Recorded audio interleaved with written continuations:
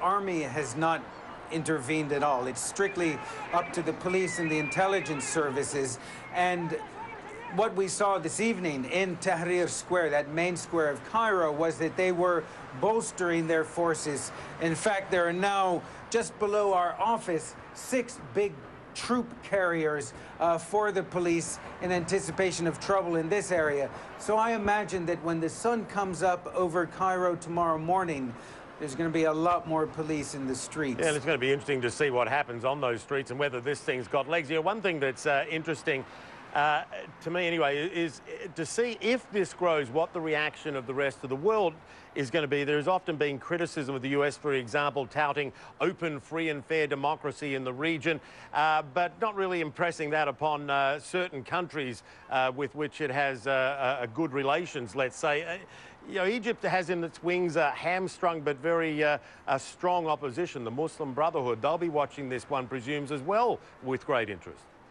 But what's interesting is that the Muslim Brotherhood did not participate actively in these protests. In fact, they're more or less just organized by a group of online activists. And what impressed me in these demonstrations was the kind of people you see. There were Christians, there were Muslims, there were Islamists, there were workers, women, children, students, all sorts of people, and it did not have a religious overtone at all. And I think what we've seen in Tunisia and what we're seeing now in Egypt is that the religious element, the religious opposition, like the Muslim Brotherhood, simply was not prepared for this.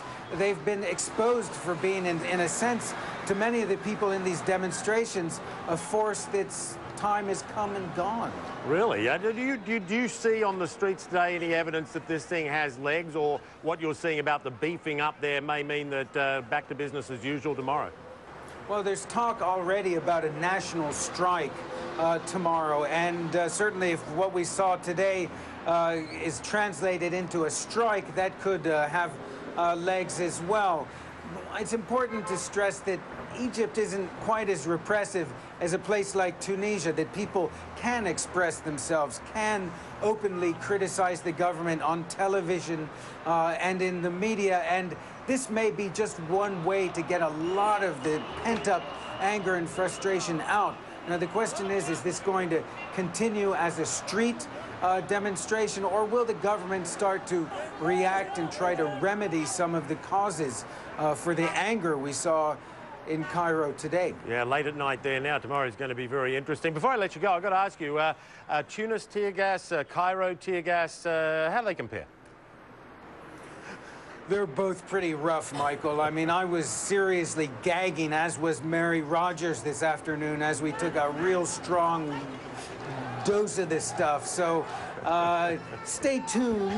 Backstory, we'll probably be giving you more tear gas updates. Yes, your immunity after all these years is waning, Mr. Wiedemann.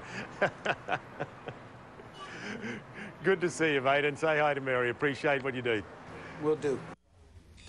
Now, obviously, Ben and Mary weren't the only media out there covering this, or the only people with cameras. Got some video for you now. I want to show you amateur video from the streets of Cairo. Have a look at that. It shows this man trying to hold his ground against a police truck firing a water cannon on protesters. Unbelievable. Listen.